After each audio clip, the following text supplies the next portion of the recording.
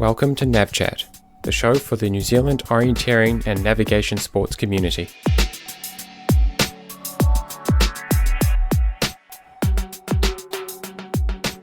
Morning, Joe. Hi, Gene. So it's still morning for you. It's just afternoon for me, but we're getting closer. I think our times are only 4 hours different, and shortly they'll be 3 hours different. So this is good development for me. The 5 hour difference was definitely making things tricky. But how is it in New Zealand? Things getting warmer? Yeah, they have been. In Christchurch, all the blossoms out at Hagley Park, which I bike through each day to get to uni. So, it is getting very nice. Cool, that's pretty. We've just got the leaves starting to turn red here in Vancouver. I just noticed that for the first time this morning. It's really sudden. Some trees have just gone like from full green to full red in a matter of weeks. So that's pretty cool. But it's still sunny and actually really good training conditions here. It's like not hot, but always really calm and fine weather. How has your training been going recently? What are you working towards, and what's on the training diet? So I had the Ultralong earlier in the month, I think, the start of the month, and that was sort of a main goal for a few weeks. But now I'm doing some road racing at the moment, so sort of been off orienteering for a little while. How about you over in Vancouver?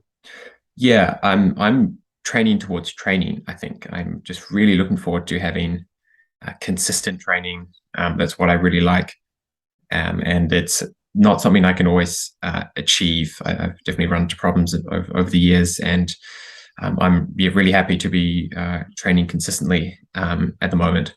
Actually, getting a little bit tired. I've just had 3 pretty solid weeks in a row, and noticed that the legs are a bit heavy. So that's a good sign that I can get my muscles tired without getting in any of my tendons, which seem to be the things that blow up eventually, with no tendon problems at the moment. So that's nice, and my feet are not sore when I get out of bed in the morning. No kind of aches as you're trying to mobilize each morning, which is definitely a sign in the past. I recall times when I've been doing a lot of running that the first few steps in the morning are quite tough on the Achilles. Have you experienced that? I'm not too sure. No, not really. I can't say. Yeah, I think some people with just like quite good mechanics and that don't get this like tendon stiffness, just kind of don't really notice that. But some of us, we definitely notice that if we do a lot of running, then everything's very stiff in the morning, very, very sore for like the first few minutes, and none of that at the moment. So that's quite good. Great. Yeah, touch wood that continues. Yeah, hopefully. And I don't really know what I'm training towards at the moment.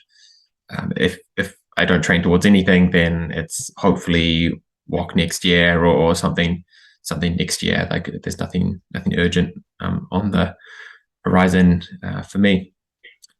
So I touched base with Marquita Gelderman. She's an Auckland orienteer who's done a lot of mountain bike orienteering in addition to normal forest orienteering, and is a very, very competitive in her age group on the world stage in mountain bike orienteering. So it was quite good to get her perspective on the sport. Have you done any mountain bike orienteering, Joe? No, I haven't. I've planned some mountain bike road games, but I've never actually done it myself. Yeah, I'm quite intrigued by it all. Mm-hmm. Yeah, she makes some good points about some of the benefits of doing it. So yeah, should we check it out? Mm-hmm. Hello. Hi, Marquita. Thanks for coming on Nav Chat as this month's guest. Sounds fancy. Thank you. Yeah, it's an honor.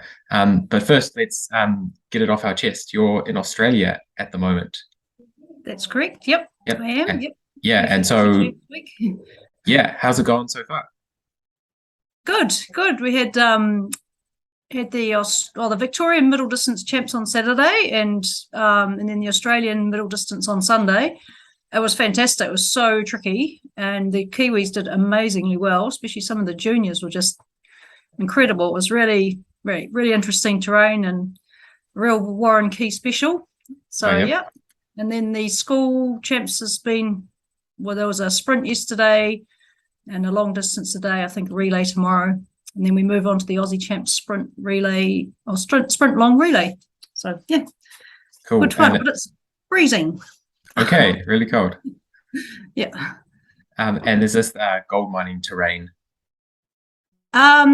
Yes, sort of, yeah, mining, gold mining. The Victorian Champs was on sort of, yeah, bit more. They were quite different. They're both mining, but different. Hard to explain without sort of looking at that. Yeah, but not something that we have very much of not locally. At all, no. So it is very impressive for some of the juniors to do so well. Yeah, that's that. Cool. Yeah, exactly. So yeah. Yeah, so I wanted to talk about mountain bike orienteering. It's something that we give a little bit of coverage, but not a huge amount of coverage on Nav Chat, given that I don't do a whole lot of it.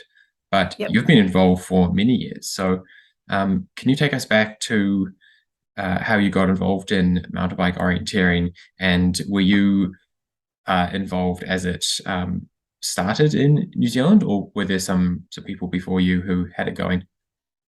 I think Michael Wood was probably the pioneer, kind of before it even took off as an international sport.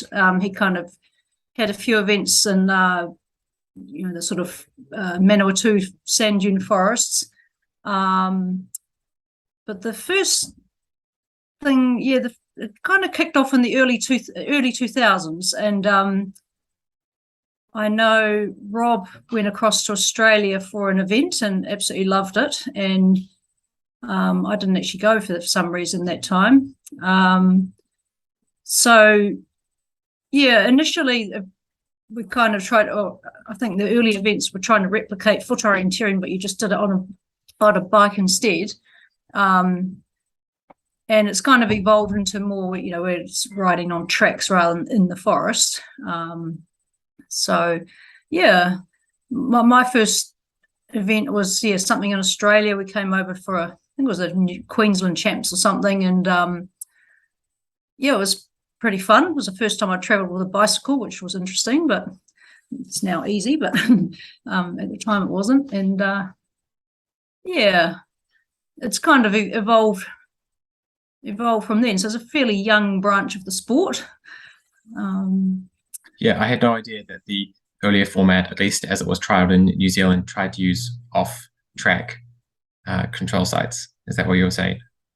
Well, I don't really remember, but I think that was the case. And it's reasonably easy in some of those sand dune forests. You can ride off trail without too much of an issue. But I imagine there's a lot more getting on and getting off, and it becomes a little more broken.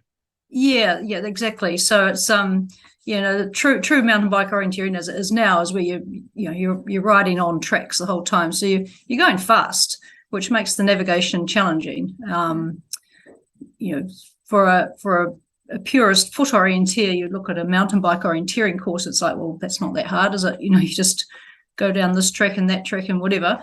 But yeah, you try doing that at 25, 30k an hour and it becomes a whole lot more tricky. Mm-hmm. So, yep. So how would you describe the main challenge of mountain bike orienteering to someone who's done other navigation sports?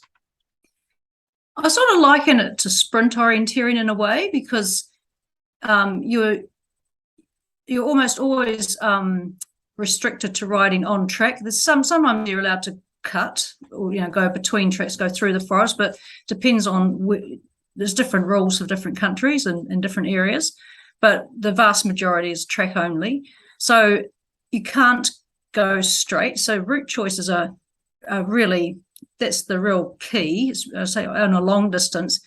And the route choices will be, way, way, way wider than you'll ever get in a foot orienteering, and it might be backwards. And so, yeah, it's kind of a little like sprint orienteering in that respect, where you can't run through a building, so you've got to work out how you're going to go around it.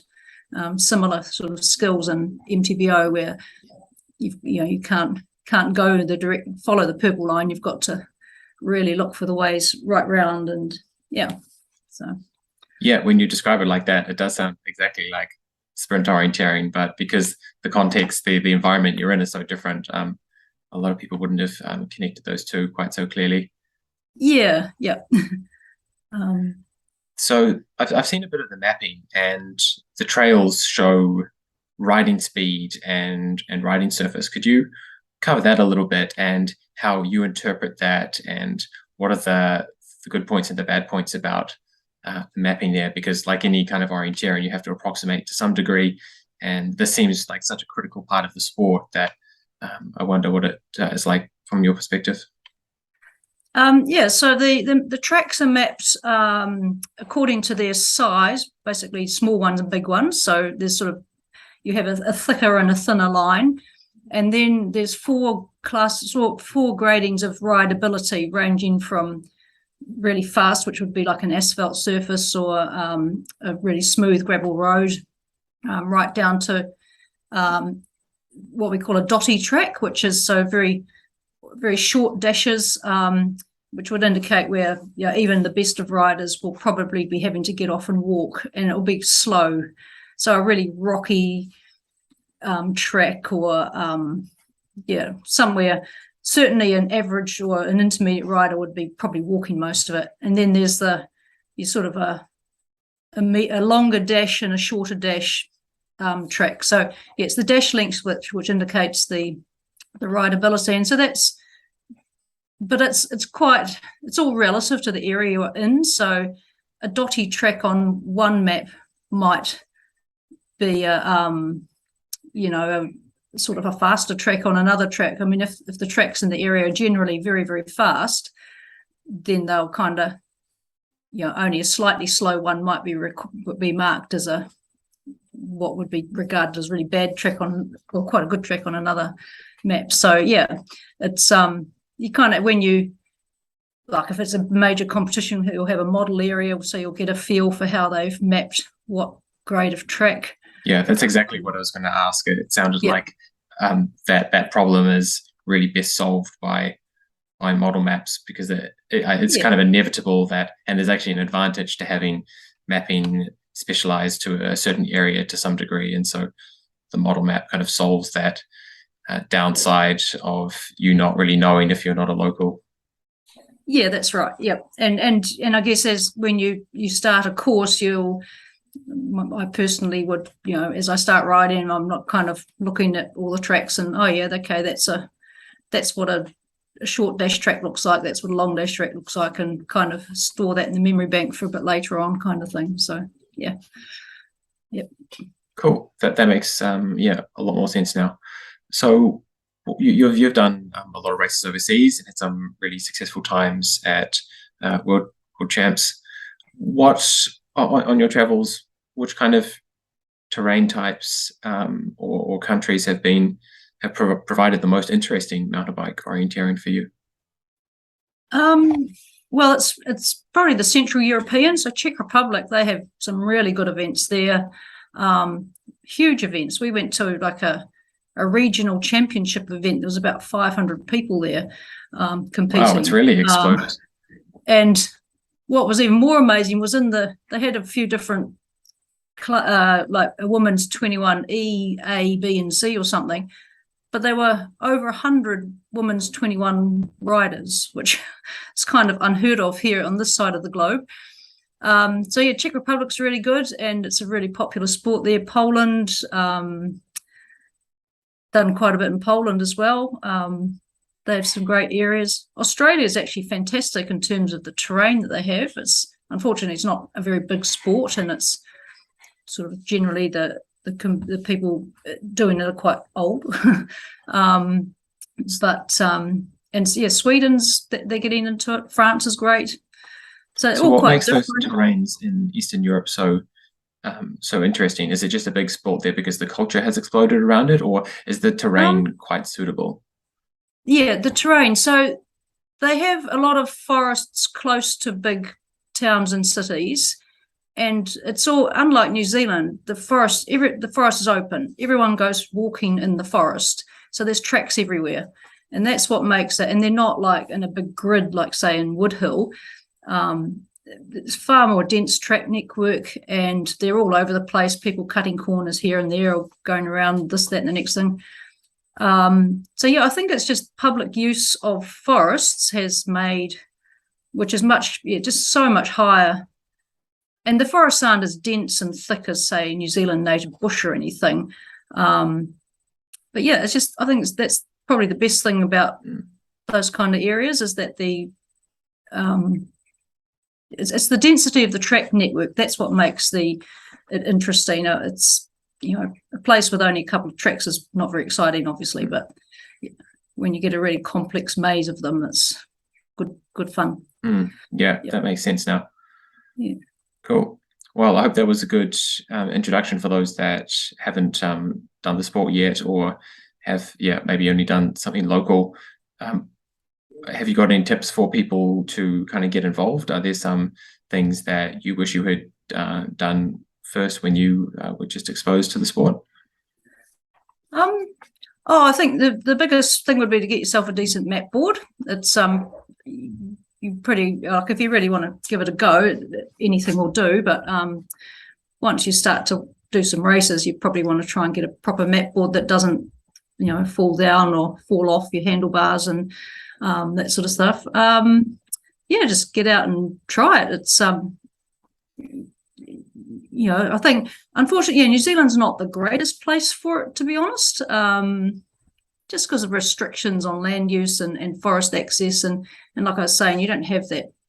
There's some exceptions, but generally not the areas with really dense networks. But you can make a lot out of a small area. And, of course, with Sport Ident and stuff, you can do lots of loopy courses and map flips and that sort of stuff. So, but, it's give it a go. And I think for orienteers who kind of poo-poo it a bit, they should put their money where their mouth is and actually try it, and then they'll find it's a little trickier than it sounds, trickier than it looks on a map. And I think it's good training for just your general navigation skills. And so definitely recommend it.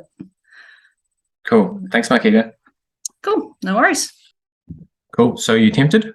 Yeah, I should actually get out there, I reckon. I've asked a few people about it, and I was talking to Graham Reed down in Christchurch here, who he sells map boards and that, and he was showing me his system of, he has a magnet on his map board that keeps his location where he's going, which I thought was really smart. That's sort of like thumbing the map as you go for foot orienteering, which is obviously harder when you have to have two hands on the handlebars. But I can't say I've ever tried it yet. Yep.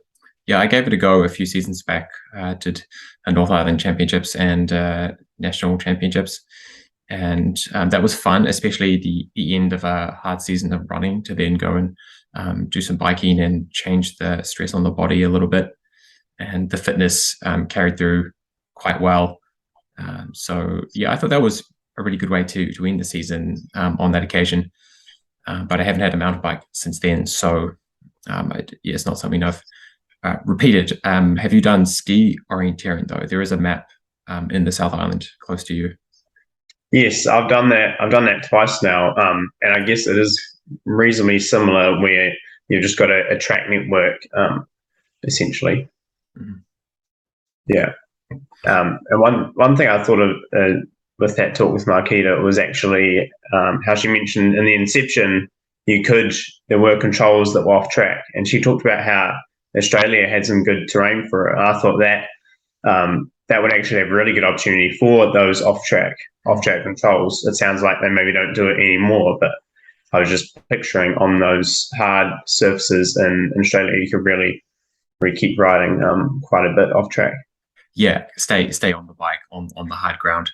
I recall when Tim Robertson won the junior mountain bike orienteering championships, he was getting off the bike a lot, actually. I can't recall where it was raced, but he said that he did a lot of running and contributes some of that to obviously the victories there. He was very confident getting off the bike and running with it through the terrain. You weren't allowed to ride the bike through the terrain, but you could run. So you'd jump from one trail to the next, and he's very skillful with the map, with these quick decisions. And that was pretty interesting. He said he was running a lot, and it doesn't often happen that way. And maybe it takes an orienteer like Tim, who's not like a pure mountain bike orienteer comes at mountain bike orienteering from a photo perspective to break the mold. Then I'm not sure how many other people were doing as much running as he did. Anyway, I thought that was interesting. Yeah, slightly different approach. Yeah, so you've brought some topics along today. What's the first thing that you found interesting that's on your mind?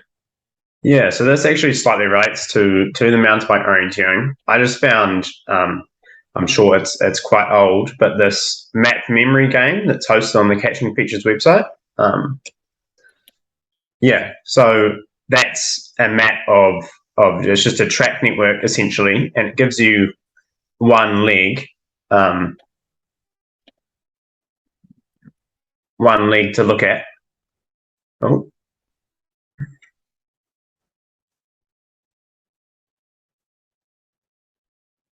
Cool, there we go. So there's one leg, a start and a control, and you have to look at it. You can sort of give yourself, I guess, 10 seconds, whatever. It's sort of up to you how you use this tool. And you just study the map briefly, and then if you click, and so you might sort of plan your route choice. So say from this one, you might go left at the first junction, and then right, and then another dog leg. And if you click go, now you're in the map, and you've got arrows to click, and so you're trying to remember what you had planned. Yeah, and that shows you. Yeah, and that shows where you are. So I guess you try to. I see. Okay. Try to do a whole leg, just by memory, which can be quite tricky, especially with some of these maps. They're quite complex. See, yeah, I've actually forgotten how this is orientated. So I think you need the compass, probably something like that in the corner, because I couldn't tell which way that was on the trail. So, like the first time when you click go, it's always orientated north, and then it changes. Yeah.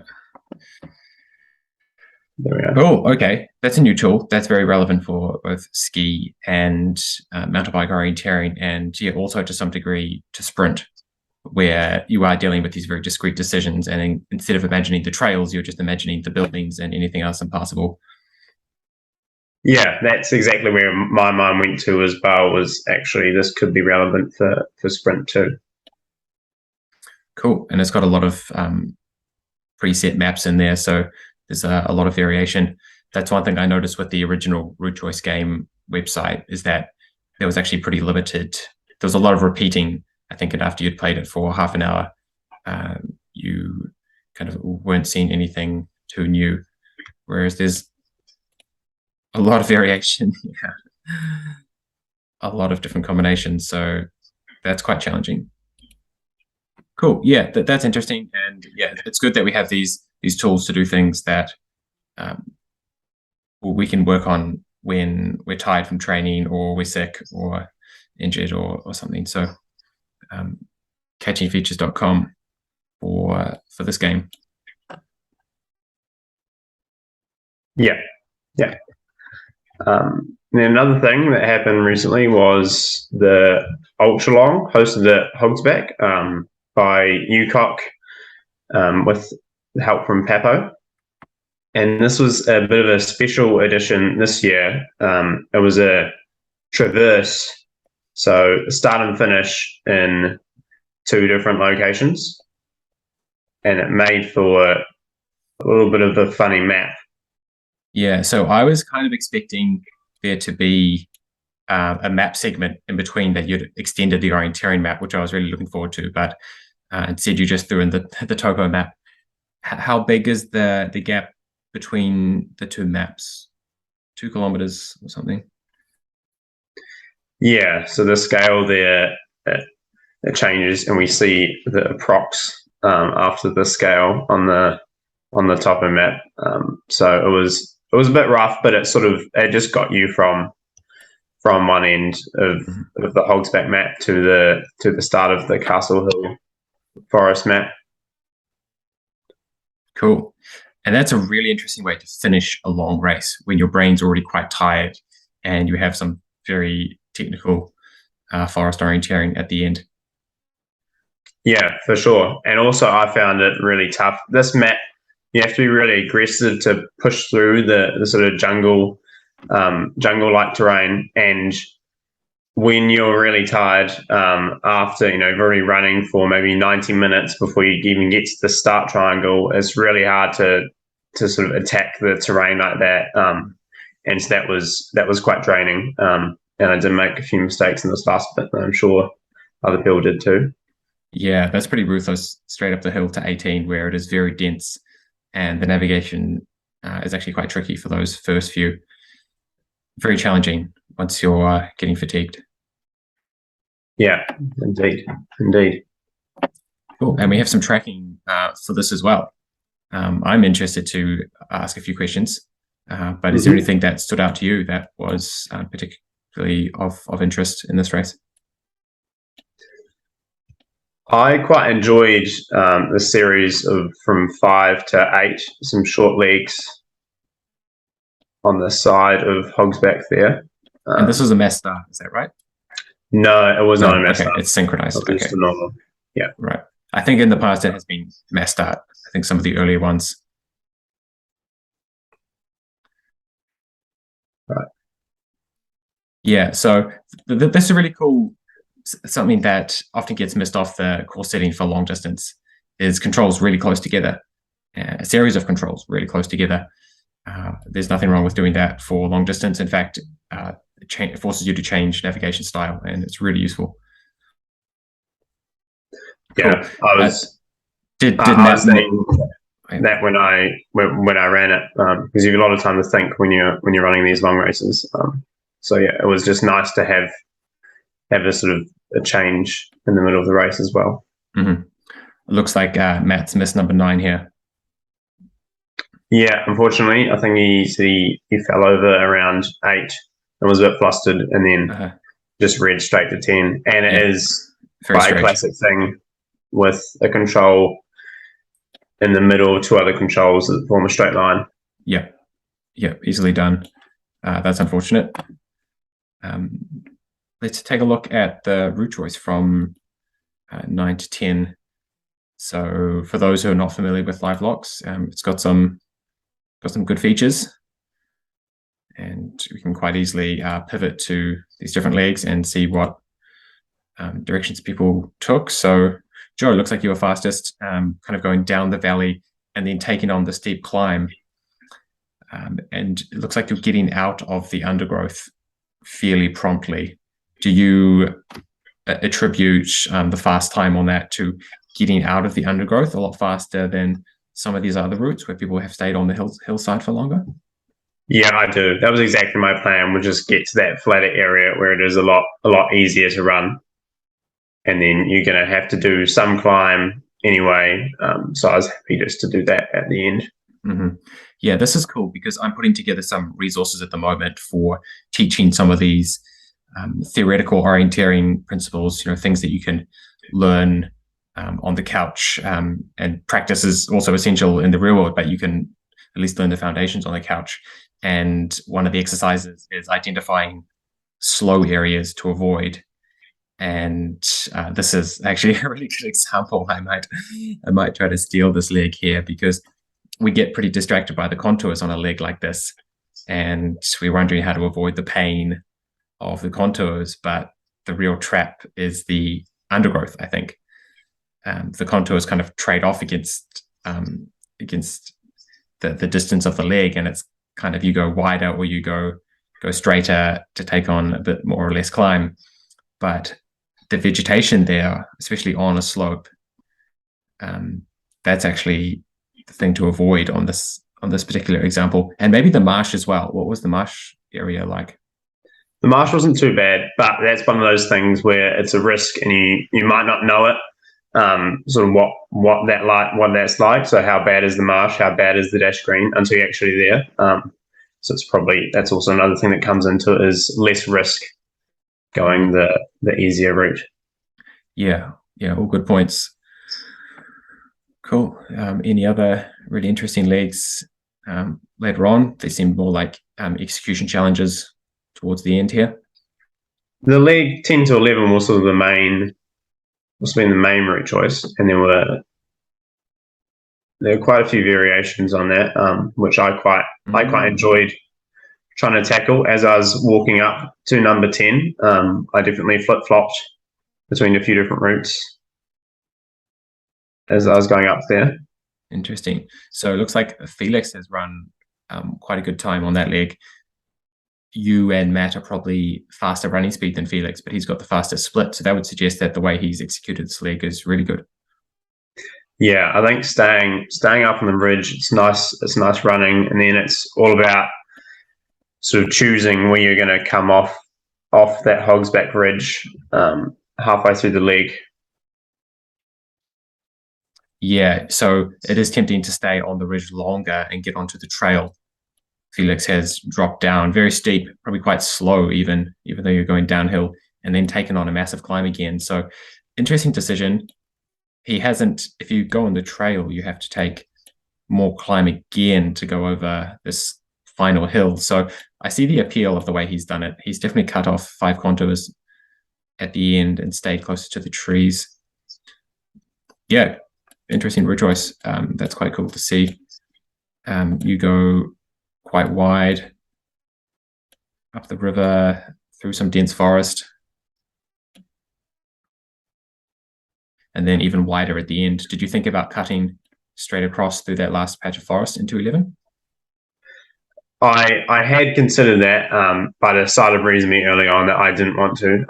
I was just trying to stay on the open. I went through a bit of green earlier on in the course on a route choice, and kind of decided that I'd had enough of that, and I was keen to just take the easy running for a bit. You can see that here. Perhaps this is the one you're talking to. That if you haven't learned my numbers, the number 3 is a good example of just avoiding that slow areas. Number 3 to 4 as well.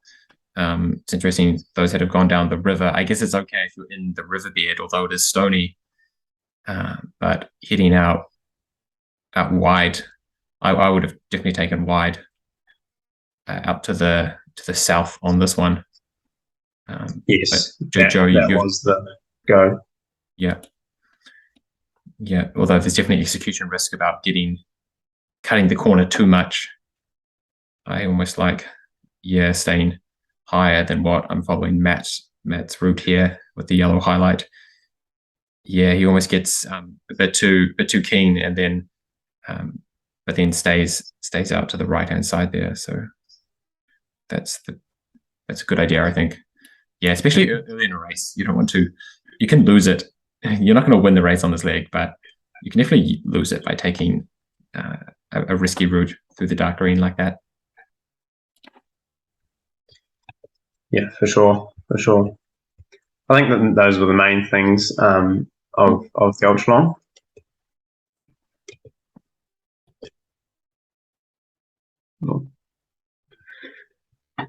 And next up here, this is a race that happened very recently at the Australian Champs that Marquita mentioned.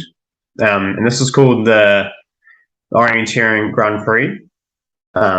I think this might have been the first time it's happened, and there's a few interesting things to note on this race. So it was a mass start. I think the first 10 people in the start line were seeded, and there were actually some variations on a normal mass start course. So if you just go back slightly, Gene, to number 3, sadly it's not shown on this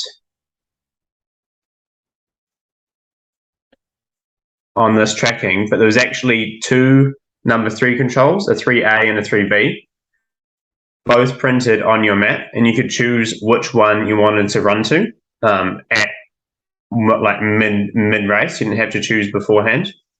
So that is essentially a slightly different route choice, and they were both quite close together. But if you sort of look at the GPS in detail, you can see some people turn off earlier than others. And then later on, there was another another split control as well, where you could choose mid-race which control you wanted to go to. Right. So here's a diagram here that shows what's going on, and it shows that you can choose either. I don't know why I've never really thought that much about this method of forking before. Have I thrown it out with if people aren't running the exact same course, then it's not fair, and I've kind of thrown this out because people get all the information to choose which route to do, and if the course is set well, then it should be very close to even anyway. Like the controls are close together and would have the same route choices to them. So this seems like quite a smart way to do mass start races with splits.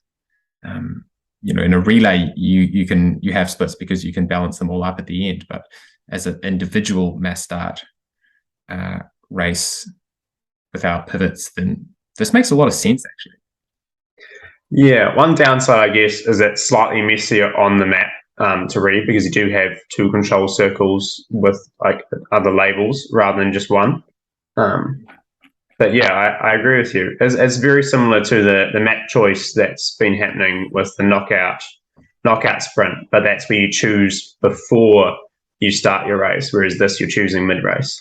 Yeah, and that's a big setup for the organizers. You've got to have those cubicles set up, and you have to have multiple maps printed out, and you've got these little sample maps for people to inspect before they start, and then you've got to have a full race-ready map of each of those combinations to provide them with their choice. So this maybe gets the best of both worlds. It's not any extra organizing. You've only got to put out one extra control.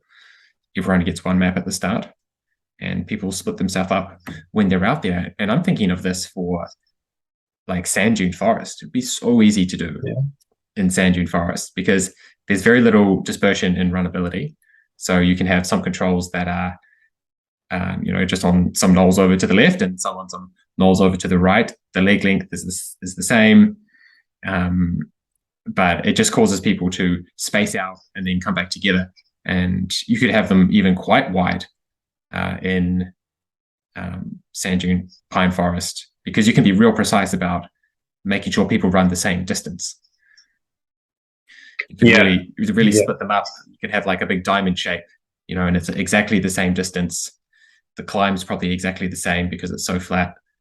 And you can test run it to make sure, but that would be really cool to see, just like the groups getting split up a little bit. Although I guess if you can go to either, then you can still just follow. But I do think that some people are planning ahead to some degree, that they do want to choose one over the other. So yeah, that's interesting. Looking forward to seeing more experiments with splitting, because mass start racing is fun, but we all hate it when it turns into a pure running race. So yeah, this is quite cool. Yeah.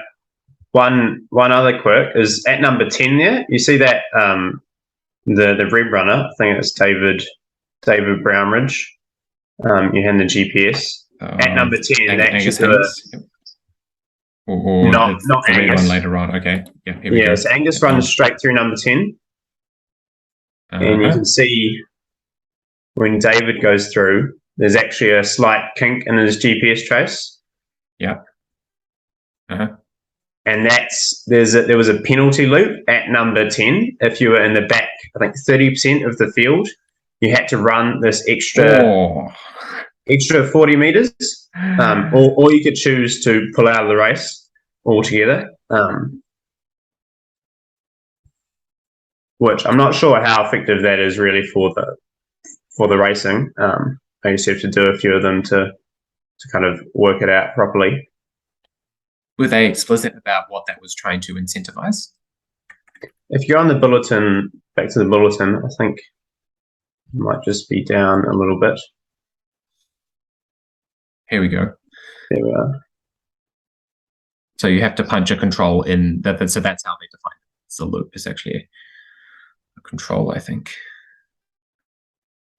Bottom 1/3 of the field, because you're kind of out the back, or are they imagining like a bunch where the back half are just following, and therefore it's pushing you towards the front.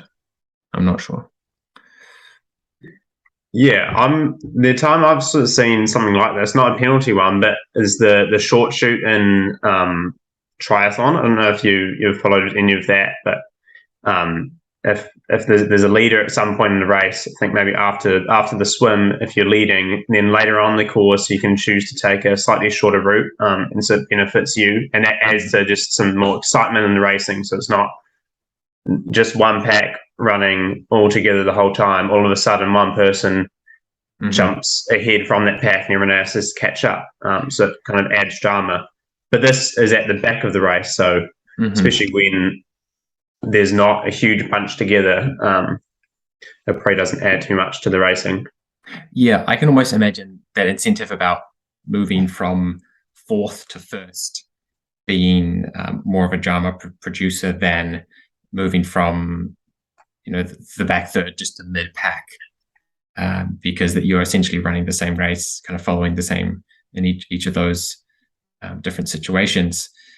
In triathlon, the swim often gets the least attention because it's earlier in the race and the amount of time you spend doing the swim is much shorter than the ride, especially, and also the run. So it's definitely less important.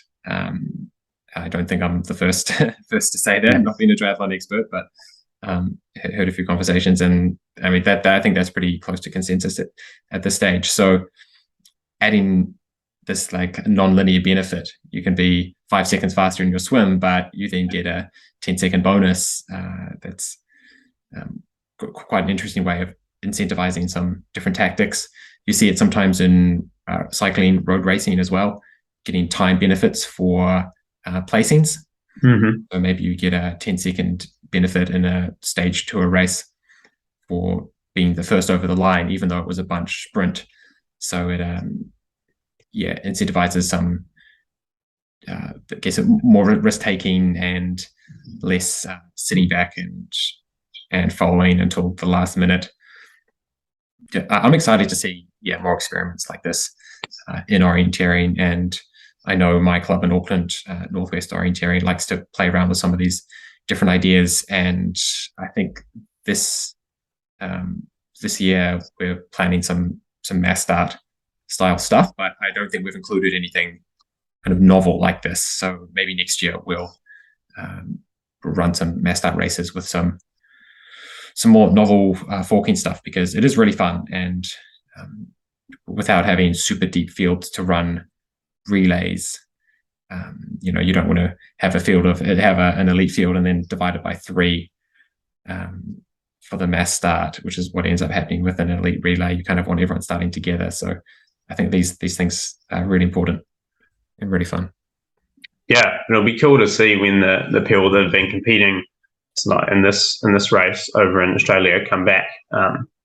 They might share how it went and some ideas for how to incorporate into New Zealand. I'll just point out again, back there on the bulletin there's a title there for the restart. So this is kind of what you're talking about in the cycling race. So at 70% of the course distance, the race actually stopped for, I think, 3 minutes. Yeah, there we are.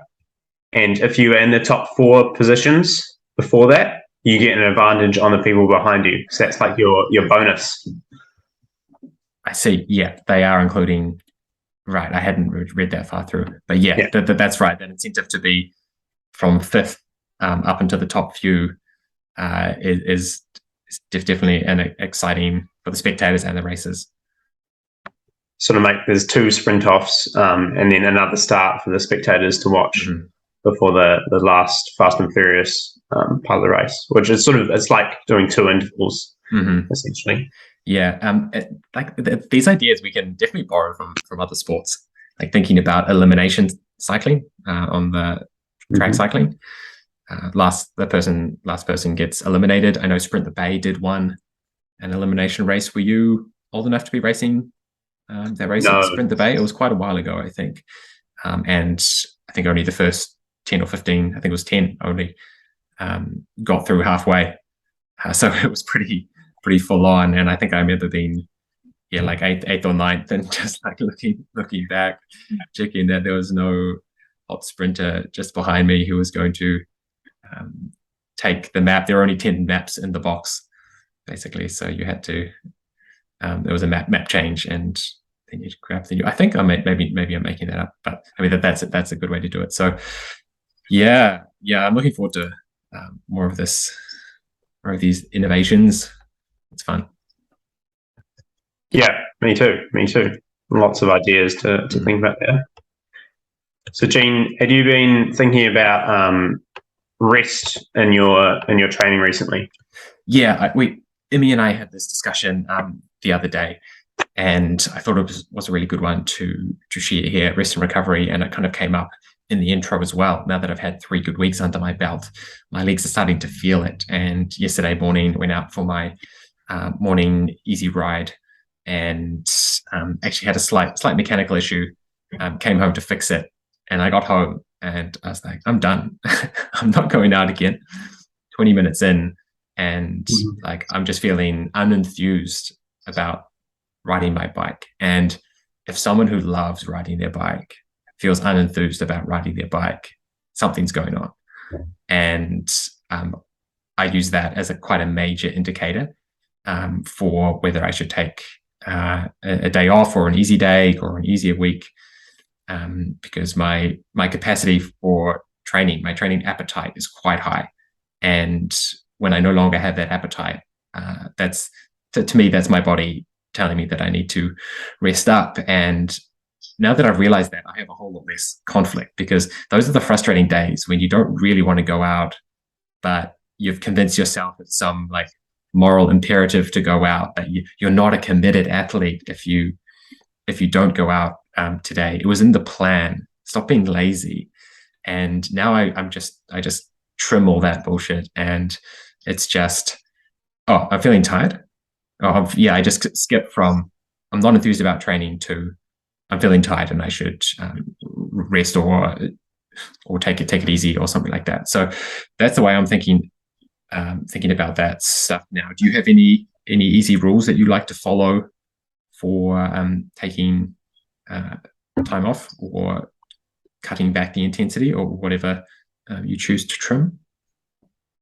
Yeah, I'm not probably as conscious about it as that, and maybe that's something to add in the future. But definitely, I've become better at realizing it is just time to take a break. Especially for me, I commute most days, at least on my bike to uni, and those are just easy rides for me. But I can really feel it when I've been having maybe a few big weeks, and just every ride is like it's a lot tougher than it should be. And to me, that's quite an easy sign to say, okay, I need to have a bit of time off, or at least take it easy and not have any hard training sessions this week. That's kind of my litmus test, is my easy rides. Yep. And I don't think that's unreasonable, using the easy session as the indicator, because I think it shows up actually very clearly, if not more clearly, on the easy session.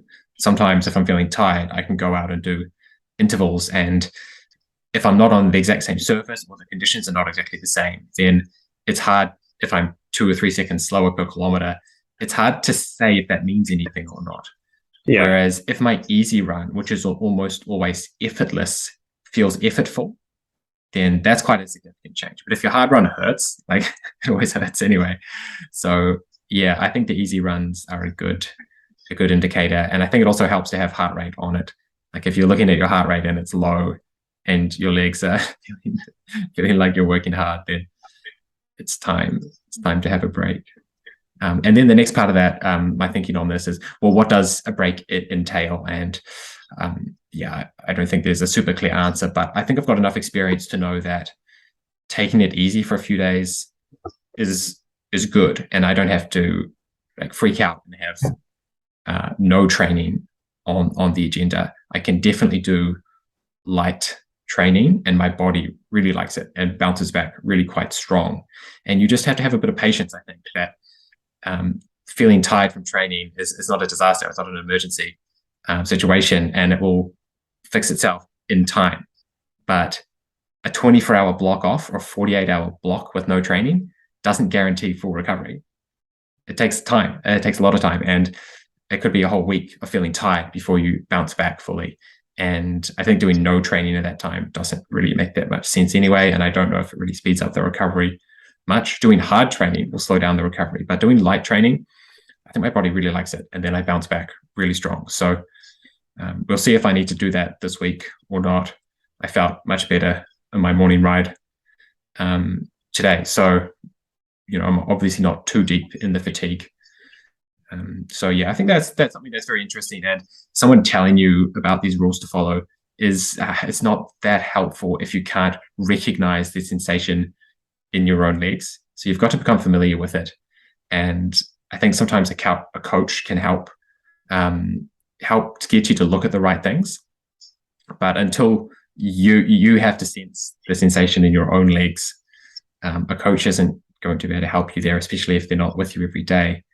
So like you telling a coach, hey, I've been really struggling for the last 2 weeks, it's way too late then. You've got to let your coach know that I've been feeling tired for the last 2 days. Heads up, like we might have to slow things down. So it still comes back to you as the athlete to notice quickly. A coach doesn't really solve that, I don't think. Yeah, and it's definitely not the easiest thing to do. And especially when maybe it's easier when you're not you don't have a specific race goal on the horizon in the next 2 weeks. If you're maybe a few months out and you're doing base training, it can be less stressful and easier to sort of take a step back. Yeah, and the last thing I wanted to bring up was something that's been on my mind since Europe. We had an experience in Europe that was interesting, I think, from the perspective of someone who also organizes orienteering races. We ran out of time on the last few Nav Chats to get this in, but I'm still quite interested in this, because if I continue to organize orienteering events in the future, then this is bound to happen. How do you cancel a race? And something like the Ultralong in Hog's Back is an interesting example, because you're in an alpine environment. People are out there for a long period of time, and there's quite a big search area if something does go wrong. So whoever was organizing Hog's Back the Hog's Back Ultralong should definitely think about this. So we were in an alpine environment in Italy. We had to get the gondola up to the event center, and it was at 2,000 meters, the race. And we had some pretty crazy thunderstorms. And like, I don't mean there were some showers, like some freezing thunderstorms came through and ruined an otherwise summer day. And these things are quite normal in the Italian Alps. The weather comes in off the Mediterranean, and you get these really intense thunderstorms throughout the day sometimes. And the only way off the mountain was on the gondola. The gondola got closed as soon as the thunderstorm got really severe, right? And so the event organizers were in a bit of a pickle. But there were some large buildings up there, because it's a active ski field, and a lot of people use these areas for hiking and biking during summer. So there was plenty of indoor space at the top. It's not like everyone was left out.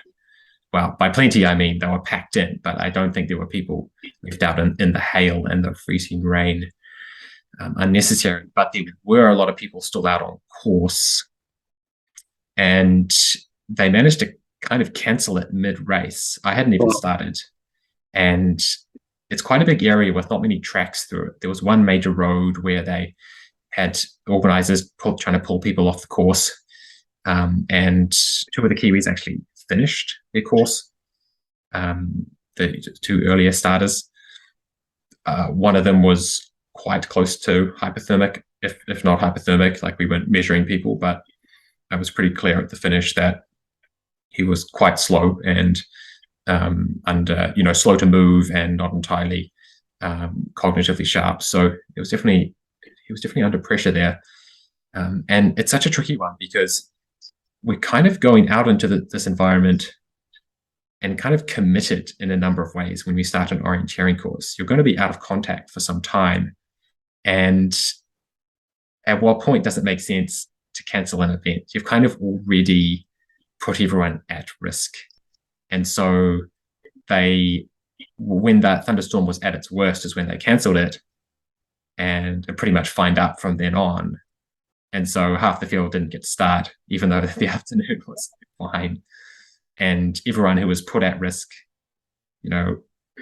probably got shortened. Their time in the hail probably got shortened to some degree. But yeah, am I making sense so far? Is this something that you see as a major risk as someone who's been involved in organizing some races yourself?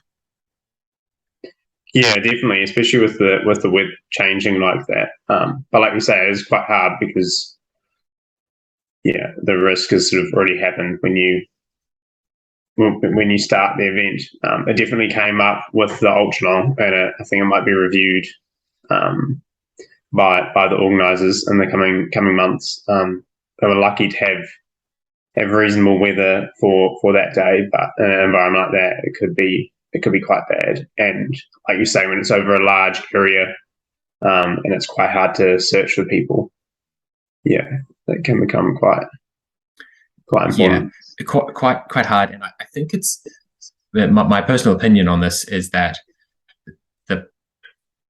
preventing people from going into the environment without the right gear, given the chance of thunderstorms, is probably a more effective way to deal with the issue than panicking at the last moment. And not to say the organizers panicked or not, but they certainly were, I imagine, under pressure, because you've got 2,000 people, most of 2,000 people out in the terrain. And I would certainly be concerned if I was the organizer of something bad happening, given the lightning and stuff that was really close.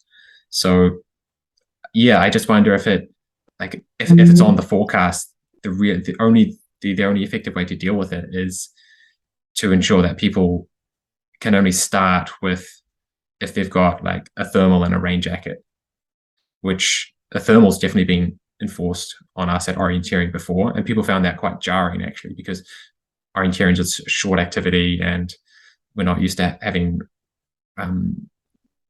compulsory gear. And people were kind of complaining at the time that this was an overreaction.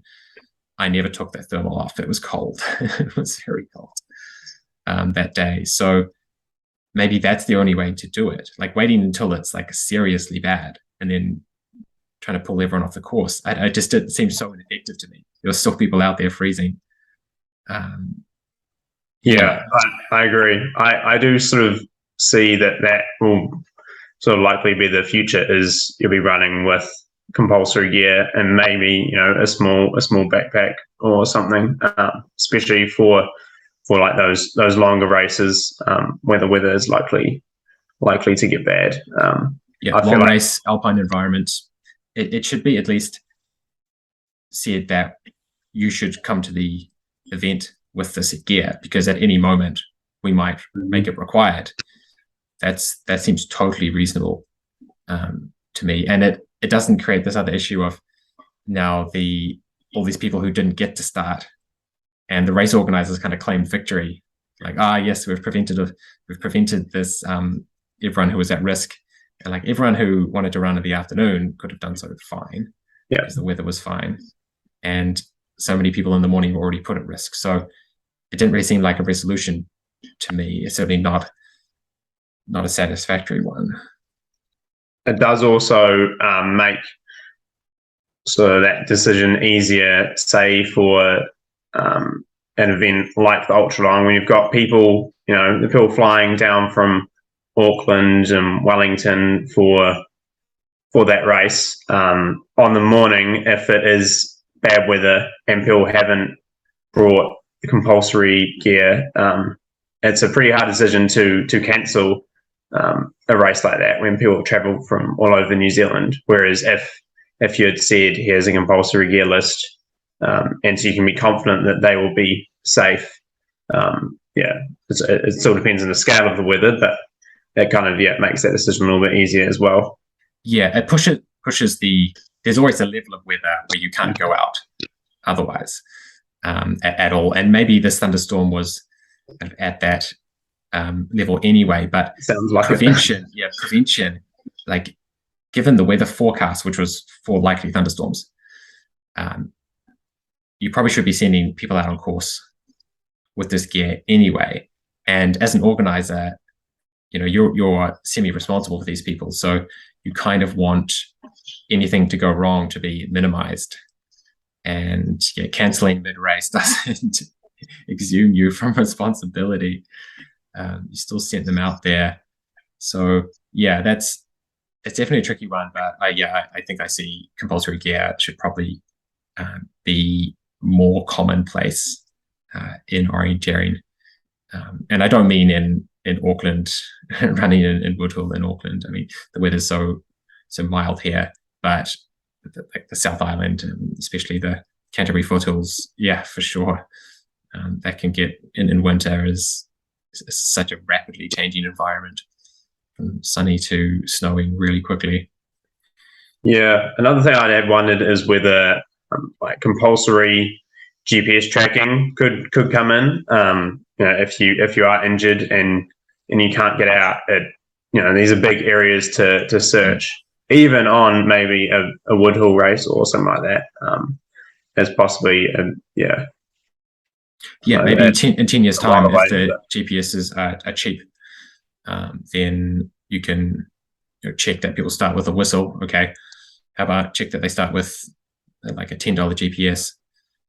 Something that just has to ping every 5 minutes or 10 minutes even. I mean, just enough to prevent a massive search and rescue effort. You can go straight to the source that was pinged 10 minutes ago, and the search area is quite small. And whether they're on course or off course. I mean, that's terrifying from an organizer's perspective. If the weather's turning bad and you don't know where to look for somebody, and the clock is essentially ticking on the weather or on daylight hours, hopefully they get cheap enough that we can do that. I mean, it really makes so much more sense than the whistle situation. I don't know how many people have ever used a whistle. I'm sure some people, if you happen to, injure yourself reasonably close by, I guess you can get someone's attention. It seems like very, very rare. I don't know. Have you ever used a whistle, or known anyone who has used a whistle? No, I haven't heard of any stories about whistles. Yeah, I've never used one myself, and after like all the orienteering that I've done, just have never come across a situation where it would have been needed.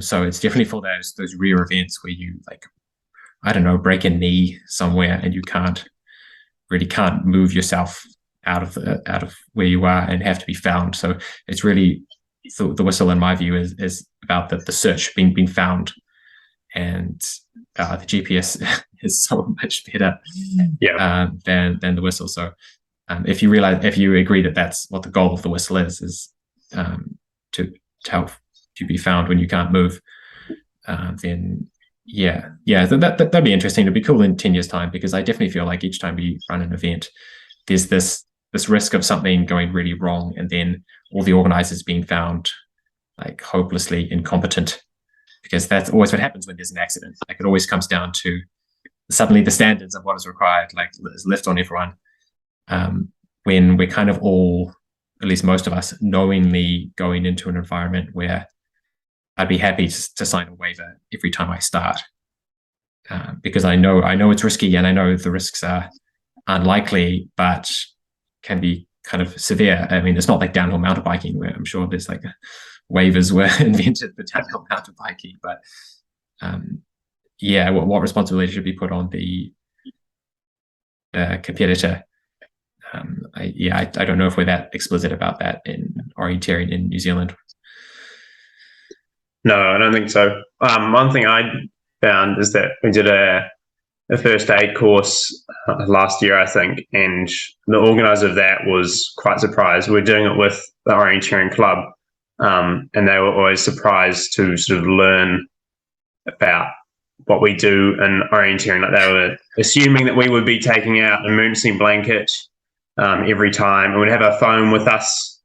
And we're trying to explain that, well, sometimes you might not have phone signal anyway. And yeah, it's definitely like compared to some other races, especially like adventure racing. I know they always have those big ones. They've got trackers and they're compulsory, and you get penalised if you leave it at a control point, which Avea did at the World Champs last week. Yeah, it's quite a different standard, which might be changing.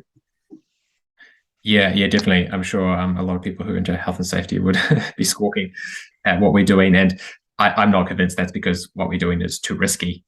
I just think everything else has really tightened up.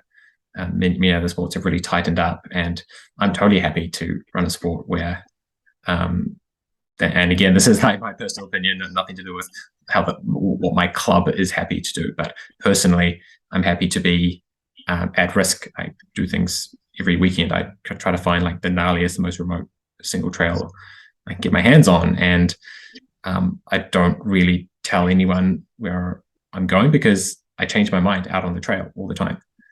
My girlfriend probably has that vague idea where I'm going, but I just, that's what I like doing, exploring. You can't tell someone where you're going to go and explore somewhere unfamiliar before you've explored the area. So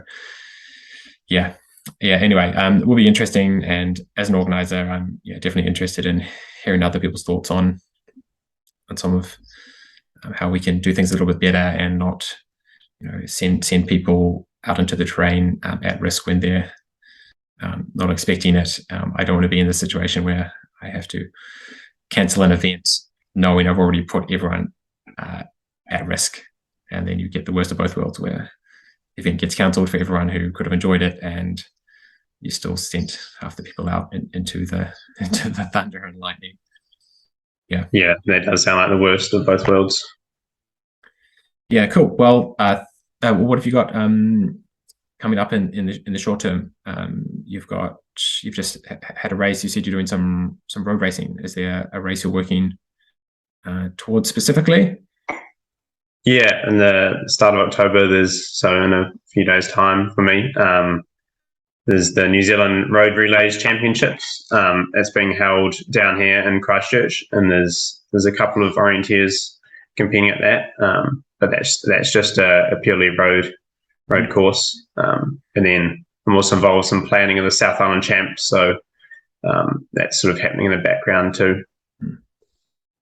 Yeah, cool.